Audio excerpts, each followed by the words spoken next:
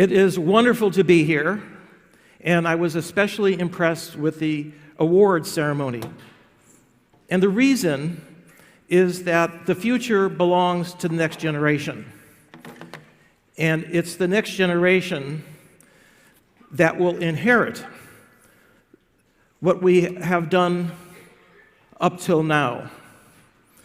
Now, the deputy minister pointed out that, in a sense, machine learning today and the information age that we are now in, we're inundated with information, everybody. It's really like electricity. However, where does electricity come from? It just doesn't come out of thin air. It comes from fossil fuels up until recently. Oil. Data are the new oil. And just like you need a refinery that can take the oil and extract valuable fuel, machine learning is like a refinery that converts data into information. And that's what I want to tell you about today, about the recent revolution that has occurred within machine learning and has rippled out into artificial intelligence, providing a foundation upon which the future will probably be built. I have a book that recently was published by the MIT Press on the deep learning revolution, and today's lecture is really just taking a few lessons from this book. It is being translated into several languages, 20 languages, including Korean, and the Chinese translation will appear in January from CITIC Press. We can trace the origin of artificial intelligence to a meeting that was held in the summer of 1956 at Dartmouth University. A small group of researchers who had been programming digital computers, which had just been invented, realized that they could program the computer to solve mathematical theorems and play games. And it seemed to them that if we just could program intelligence, that this would completely transform all of the ways that human beings interacted with machines. Now, the problem was that they vastly underestimated the difficulty of the problem. And it has taken 60 years to reach the point where we're just beginning to make progress. This is Marvin Minsky, who was at that meeting, and he also founded the AI lab at MIT. And there's an interesting story that was about their first grant from DARPA, the Defense Advanced Research Project Administration. They had proposed to build a robot that could play ping pong. And they got the money, but they realized they had forgotten to ask for any money to have a vision system. And so the story is that they assigned this task to a graduate student for a summer project. Now, vision has turned out to be one of the most difficult problems in AI.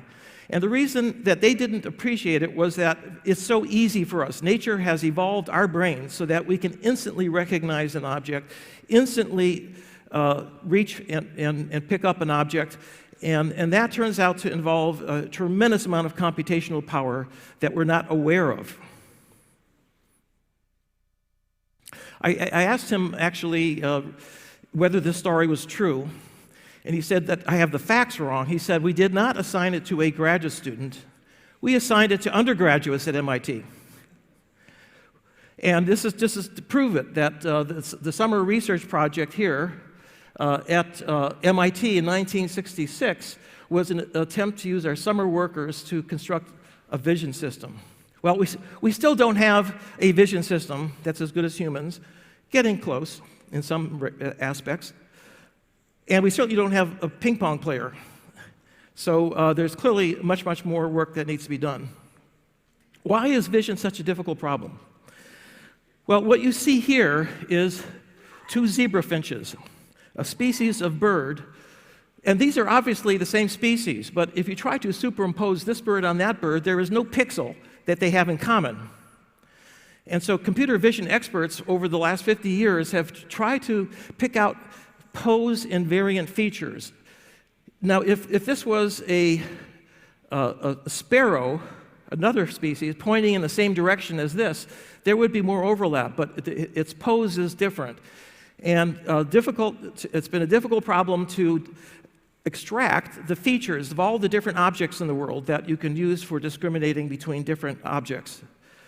And that was true up until recently when a new approach was adopted. Instead of writing a program, a vision program, why not learn from examples? Because that's how humans learn things about the world. They see objects and they recognize similarities, and they do it using an enormous number of neurons. In the human brain, there are 100 billion neurons, each connected with about thousands and thousands of others, a high degree of connectivity. Now, this is with material, biological material, that is not as powerful as your digital computer. So the clock in a neuron is running at millisecond time scale. And the wires are very slow but compared to wires in a chip. However, the one thing that really makes the brain powerful is not only the number of parts, the number of connections, but the fact that the connections are plastic. And this was what was missing from AI in the 1950s, learning. And that is what has made deep learning as powerful as it is. By adopting these general principles, not looking at the specific details of how this is done in the brain, but looking at algorithms that can replicate some of these general principles, it has been possible to make progress. Now, this progress did not just happen within the last few years. It can be traced back to the 1950s.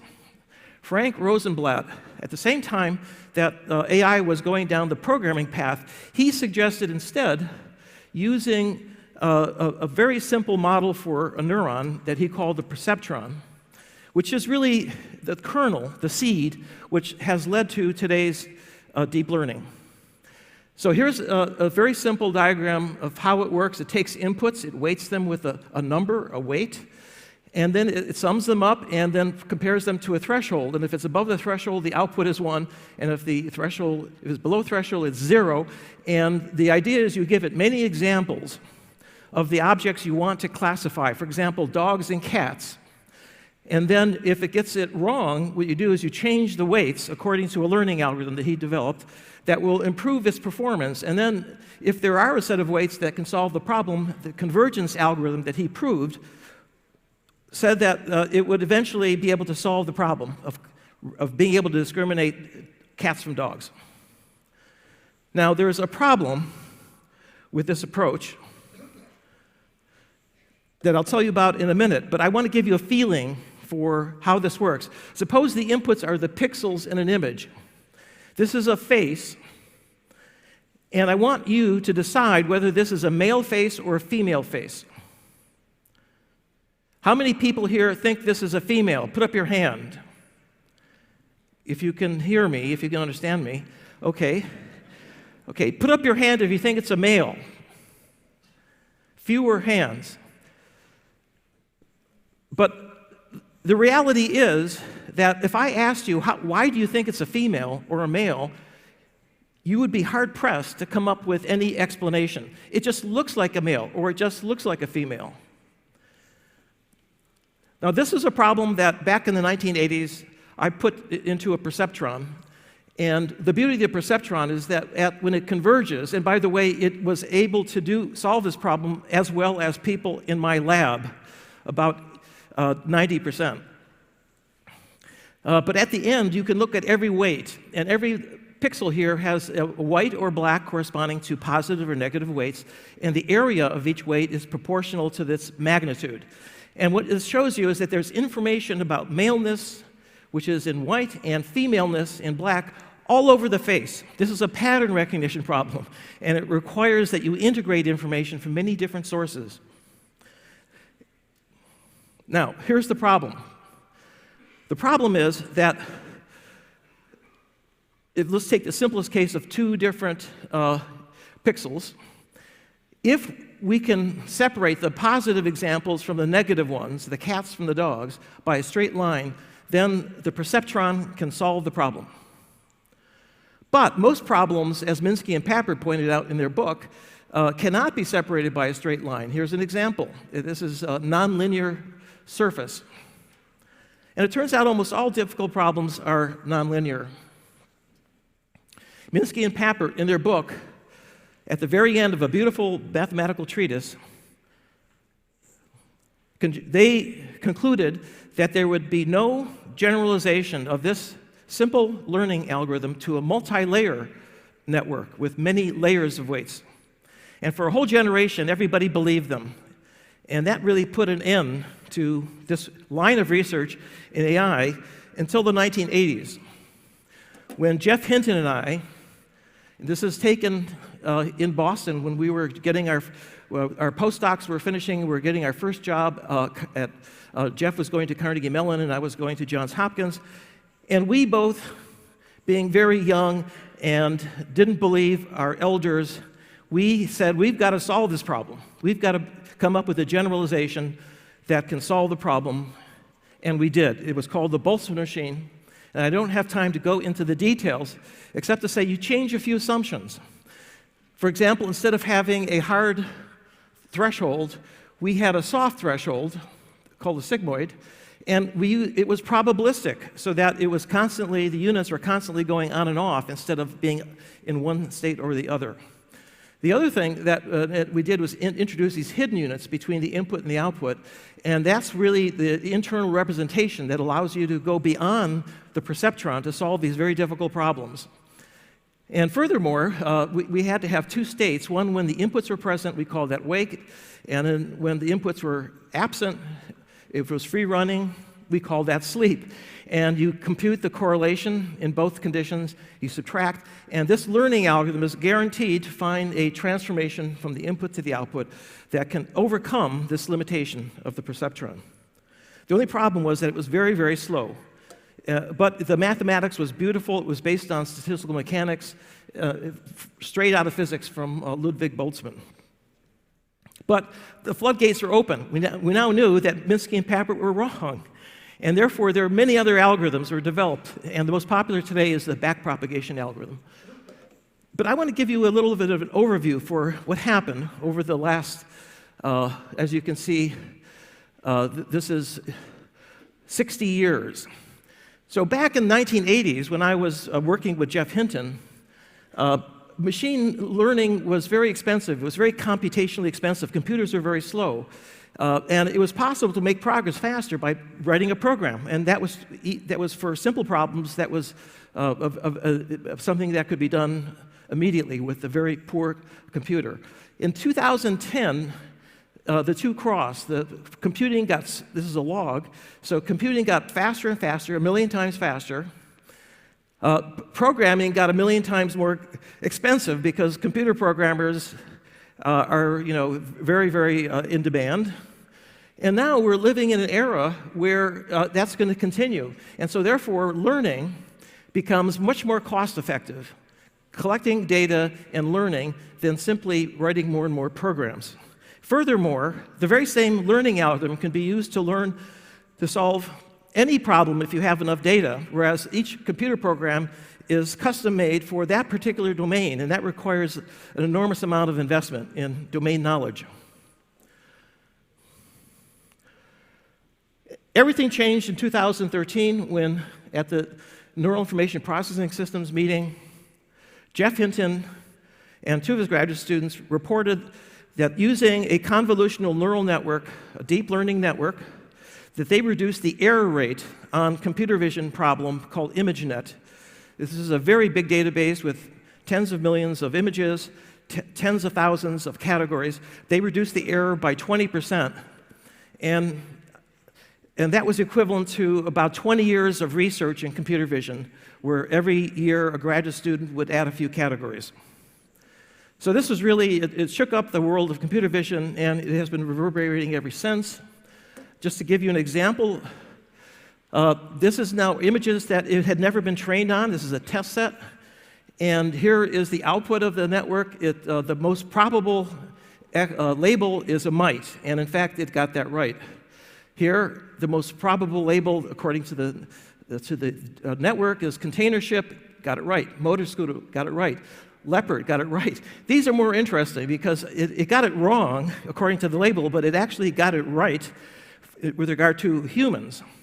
So this was labeled in the data set as grill. And yeah, there's a big grill in the front, but it's really a convertible, isn't it?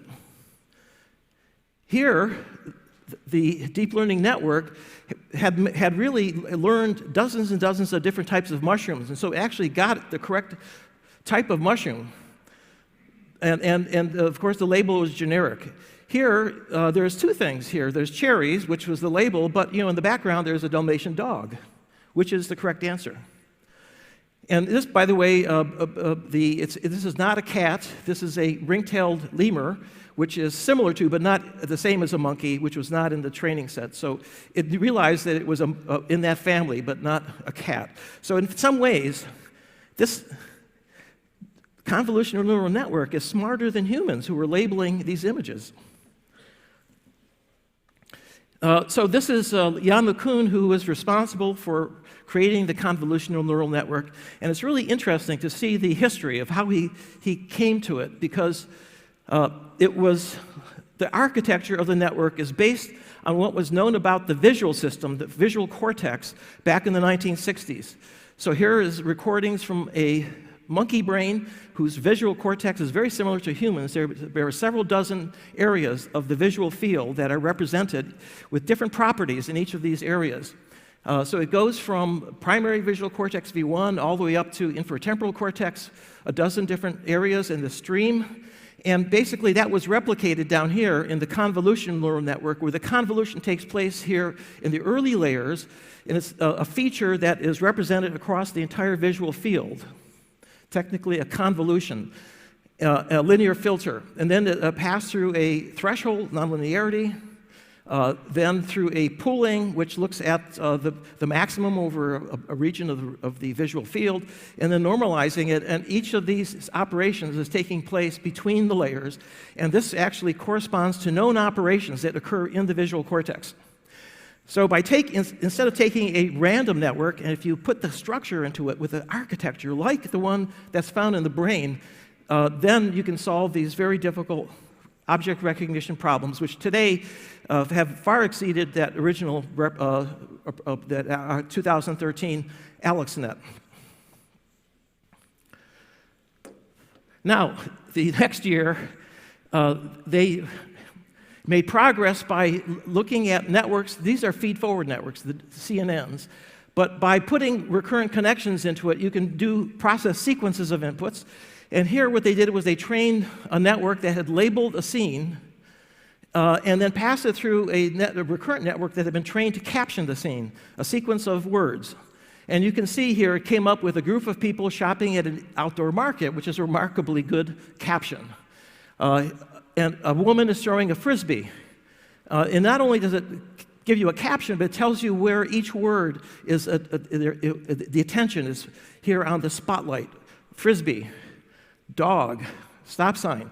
So this is really going way beyond image recognition. This is now natural language. And this is something I never would have ever imagined in the 1980s, that natural language could be something that a network like this could actually accomplish. And it came as an even bigger surprise to the world when Google used these deep learning networks to vastly improve its ability to translate between two languages. And now if you have a Google Translate app, you can point it at a sign and it will translate it into another language. That's, again, absolutely stunning. But even more surprising is the advances that have been made on unsupervised learning. So all of the examples I've showed you so far require enormous amounts of data, training sets, labeled data. But unsupervised learning doesn't require any labels. And here's an example of a new type of network called a generative adversary network, which actually two networks that compete against each other. One of them is trying to generate an image from some category, and the other one is trying to decide whether it's real or not. And when it finally converges, for example, these images are not real. These are ones that were generated by this GAN for seeing a lot of birds or ants or buildings or volcanoes. Now, just to show you, this is now a couple years old, I want to show you a movie. And this is a movie that was trained on images of celebrities. These are movie stars, famous people. And if you could roll the movie, I think you'll have a chance to see how well it does. Could you click the movie on? There should be something down here that you could click on. Hello? Is there someone behind the scene here? Well, I guess if we can't get the movie, you think I can do it? Okay.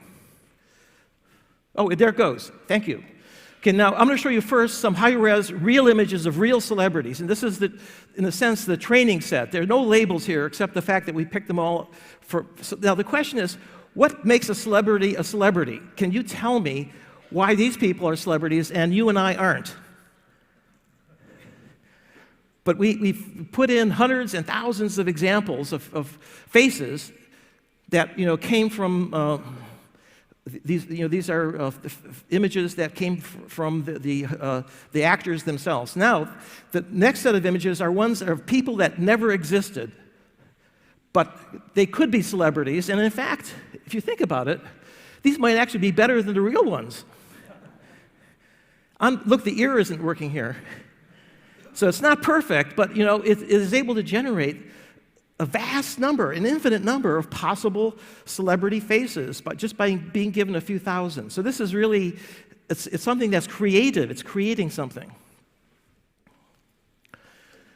Now, so far, deep learning is simply a very simple model of the cerebral cortex, but there's much, much more under the cortex in the brain.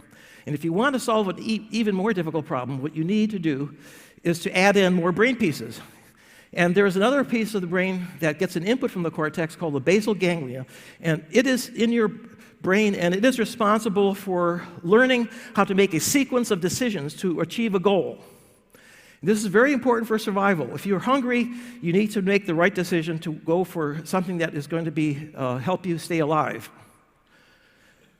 And we know a lot about how this is done in the brain. Again, I'm not going to go into the details, except to say that within the basal ganglia, there's a value representation that tells you what the value is of an object to you right now.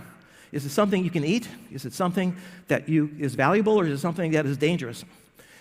And then the value representation is compared to the actual outcome. You ate it, was it good? Was it dangerous? And the difference is represented by a group of neurons in the brainstem called the dopamine neurons, and it's the reward prediction error that then is used to change the value of the representation. And with that, with many examples, this is called reinforcement learning in control theory, you can converge on a best policy for achieving your goal. And this is dramatically illustrated in 2017 when DeepMind used this algorithm, temporal difference learning, combined with deep learning to learn how to play Go at world champion level. This is Ke Zhi, who was the reigning Go champion. It's a very difficult game, and I know in Asia it's very popular, but nobody had ever imagined that a machine could even come close to humans in playing this game. And here's what he said after he lost 3 straight games, and it wasn't just losing it, it just creamed him. I'm sorry, that's not a technical word. It means that he didn't have a chance. After humanity spent thousands of years improving our tactics, computers tell us that humans are completely wrong. So it was creative. It created new moves that no human had ever imagined before that were better than the ones that humans had adopted over 1,000 years. And I'm going to give you another example. So games are great, but the problem is that First of all, they are very limited in terms of the different number of moves. It's perfect information. The real world is imperfect. The real world changes. The real world fluctuates. It's uncertain. And the question is whether the same approach can be used to solve a problem in the real world. So here's a problem I worked on, which was thermal soaring. And what you can see here is a schematic is that what birds can do is find a thermal where there's rising air, and then without flapping their wings, they can rise to a great height, and they can do this and can migrate over thousands of miles without coming down to Earth. And this is really something that we don't understand. We don't know how birds find the thermal. We don't understand how they manage to rise. Now, what makes it a difficult problem is that the thermal is not a simple elevator. It's extremely dynamic. It's chaotic. It's turbulent. And so you have to be able to come up with an algorithm that's going to average over a lot of fluctuations. This is just an illustration from Van Gogh, but it gives you the sense for how complex the atmosphere really is. Now, here is an example of a bird that has been instrumented with a GPS searching for a thermal. It hits it. Now it's going down, now it's going up, now it's going down, and finally it finds it, and there's a horizontal velocity, so you can see it's going up, but not straight up, but it's going up at an angle. So the question is, can we duplicate that? Can we train an artificial bird to replicate that?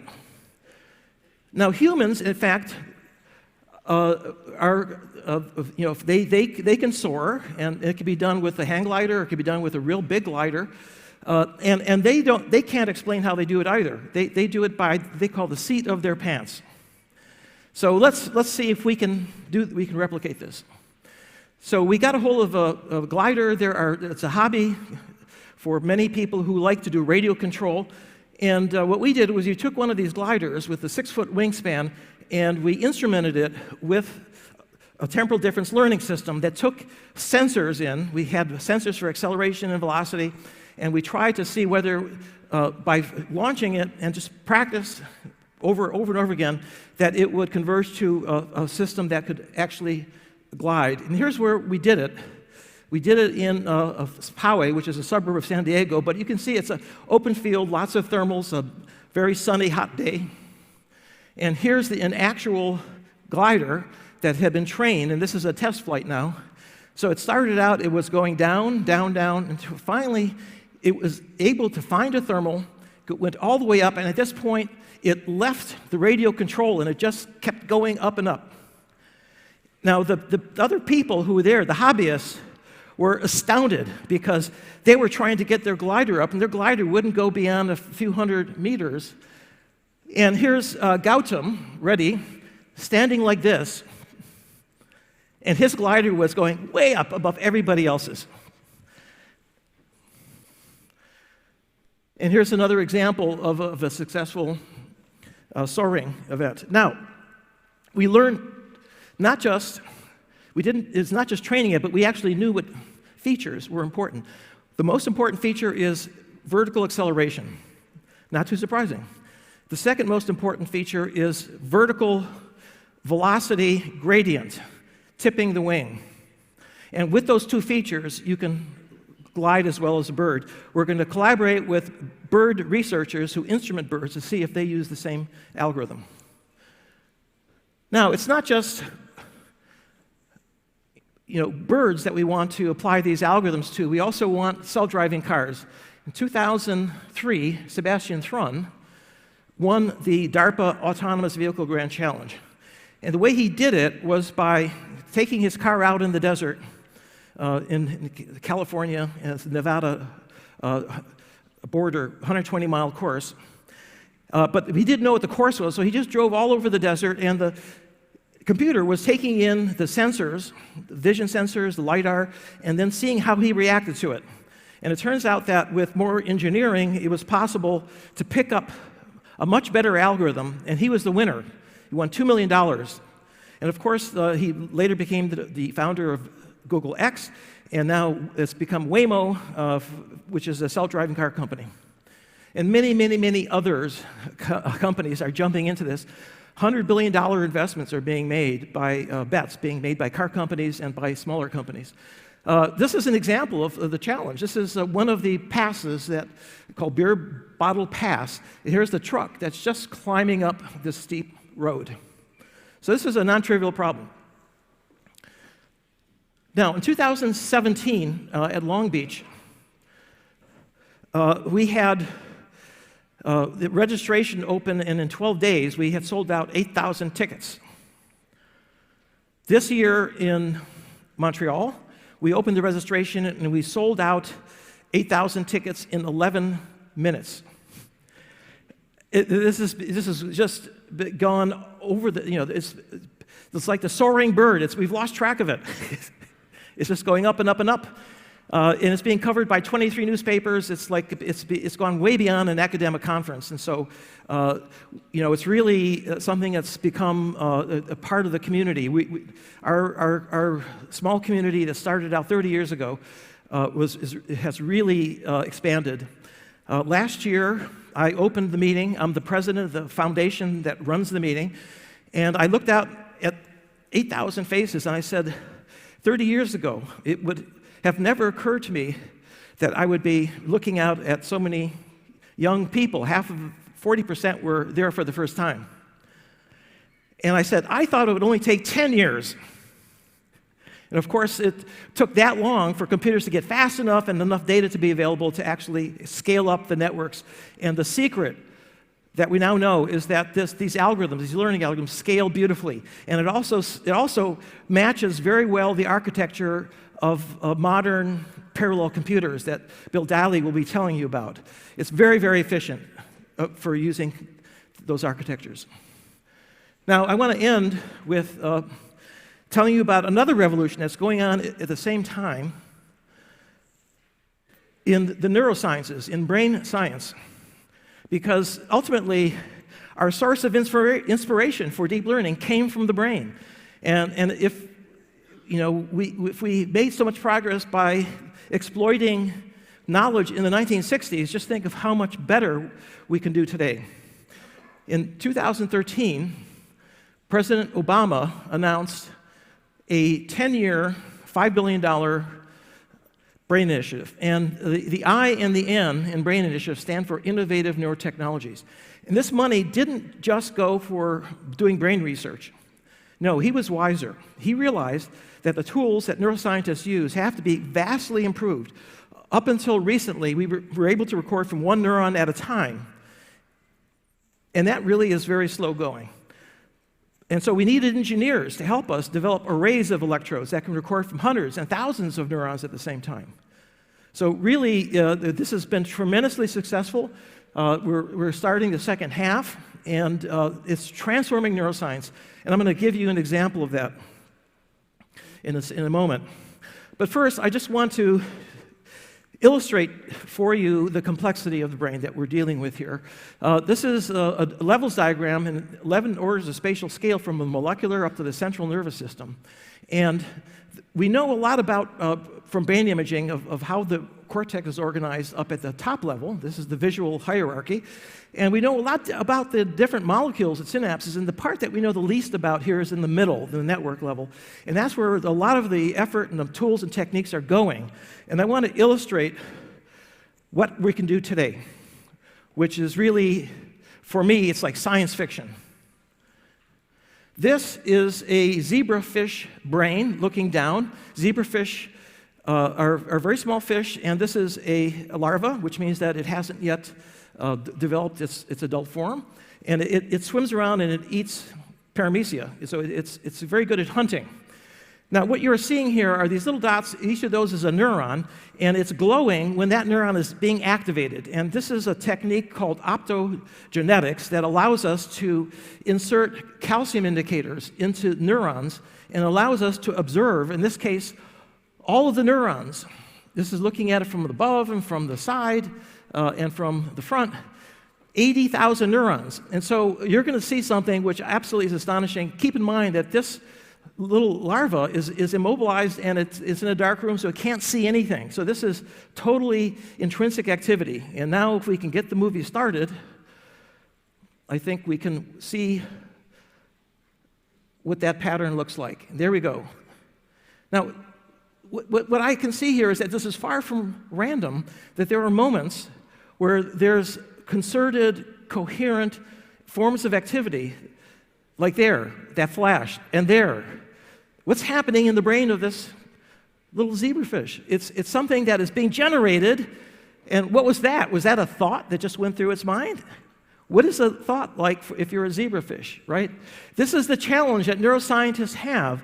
We have now the tools and techniques for being able to record from the vast majority of neurons in flies and in fish like this, but we have to have better tools for analyzing the data in order to interpret what we're seeing.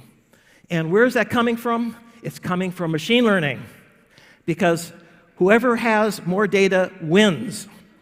And here, neuroscientists are generating tons of data, terabytes of information on a single experiment. And without machine learning, it would have been impossible to do the analysis by hand. Now, just before the announcement at the White House, and I was there in the audience, just like you are today, there was a small group of people here who were asked to come, behind the scenes in order to be able to meet the president. He wanted to thank us personally, and so I'm going to just introduce a few of the people here. But this is Francis Collins, who's the director of NIH, and he was the lead agency. Cora Merritt, who was the director at that time of the National Science Foundation, and this person here, who I'd never met before. I was talking to her, and finally I said, well, what do you do? And she says, I'm the director of DARPA, R.T. Prabhakar. And this is when I realized that the White House is a great place to network. But then, as I was talking to her, I felt a tap on my back, and I turned around, and towering over me was the President Obama. And I was completely flustered. I was unprepared. I didn't even introduce myself. All I did was to look up at him and say, "Thank you, Mr. President," and thank you.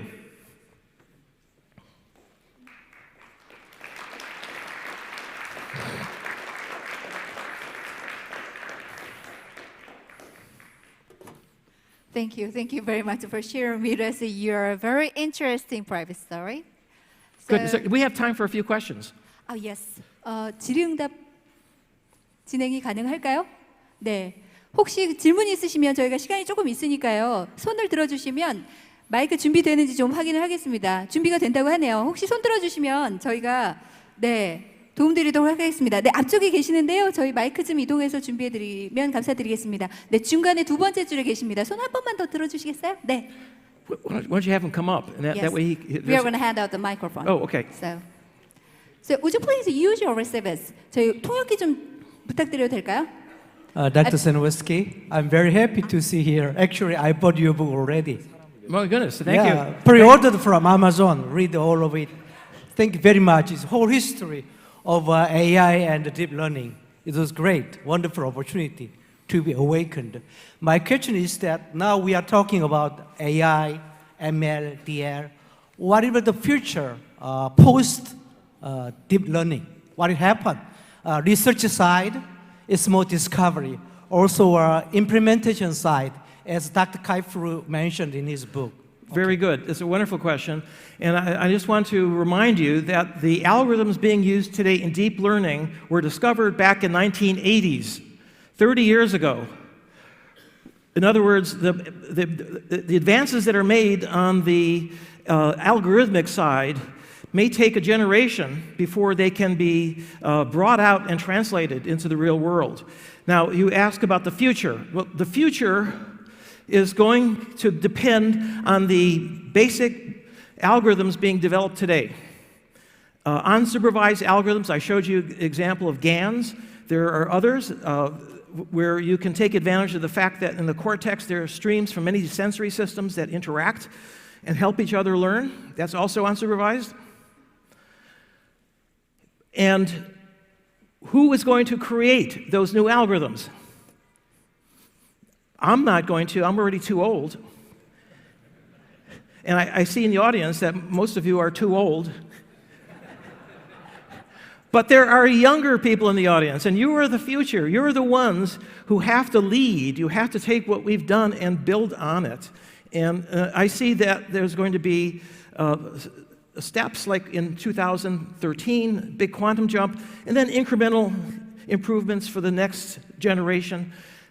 But you brought up my book. In my book, what I described was that at the time, we were like these furry little mammals beneath the feet of the dinosaurs, right? The AI lab at MIT and Carnegie Mellon and Stanford, they had all the resources, all the money. We were just, playing with these tiny little networks. They were like toys. But if you believe that you have an alternative approach, then you have to basically commit to it and go into it for the long term. It's a long game that we're playing here. And if we just look for immediate returns, which is what a lot of companies want, and that's fine, but if you want to do basic research that's going to have an impact on the future, 10, 20, 30 years from now, then we have to support the younger generation. And I'm going to do everything in my power in the United States, and I want to exhort all of you here in Korea to do that. Use your talent, the young people. They're the ones with the energy, the new ideas, and that's really my advice. Thank you very much for your response. And why don't we have one more question from Okay, the sure. floor? It must be last question due to our time limitations. 한 분만 더 받아볼까요? 예, 중간에 계시는데요. 네, 손 한 번만 더 들어주세요. 저희 스태프께서 확인해서 마이크 전해드리겠습니다.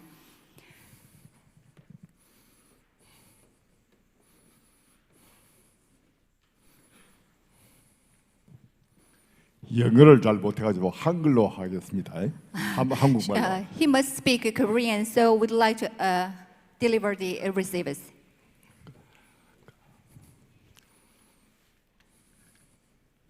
네, 한국어로 편안하게 질문 주시겠습니다.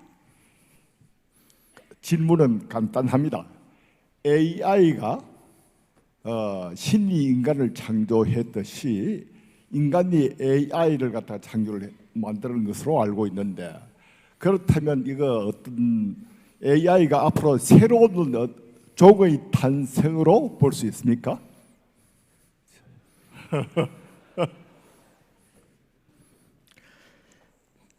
Okay, that's a really hot question. And, it's very difficult to make predictions, especially about the future. But I think that we should not expect to create the Terminator. I don't think it's in the cards. First of all, it has to be autonomous, and we're far from autonomous. These deep learning networks require constant care and feeding by humans, right? We have to feed them data. We have to test them and so forth. The humans are autonomous, and that is a much, much more difficult problem, autonomy. However, I think what you can expect within the next decade or two is something from Her. This is a movie that came out a couple of years ago, and it was a movie in which somebody forms a relationship with their personal assistant on the internet, right? This is an AI, but this AI doesn't have a body, but the AI gets to know him personally, and they have a relationship, and and I think that's quite well within our reach. In fact, Alexa and some of the other intelligent speakers will get much more intelligent as AI gets better over the next decade. So I think that you will at least be able to talk to, if not another species, something which has some of your intellectual capabilities. And it won't be a human, but it will be able to communicate with us through speech, through our facial expressions, in a way that now is not possible because we have to use a keyboard, right? And that's a very, keyboards, that's a technology that goes back 100 years. Now, come on, we're still using keyboards? And so that's going to change. That's going to completely change because we have interfaces now between humans and machines, which is much more natural for humans. It's more adapted to the way that we communicate with each other. So that's really where I think the near future is, exploiting that technology that we already have and can deploy in many, many, many applications throughout the industry. Thank you very much for your answer, and I'm afraid that there is not enough time to have the conversation. So, ladies and gentlemen, we need another big round of applause to him.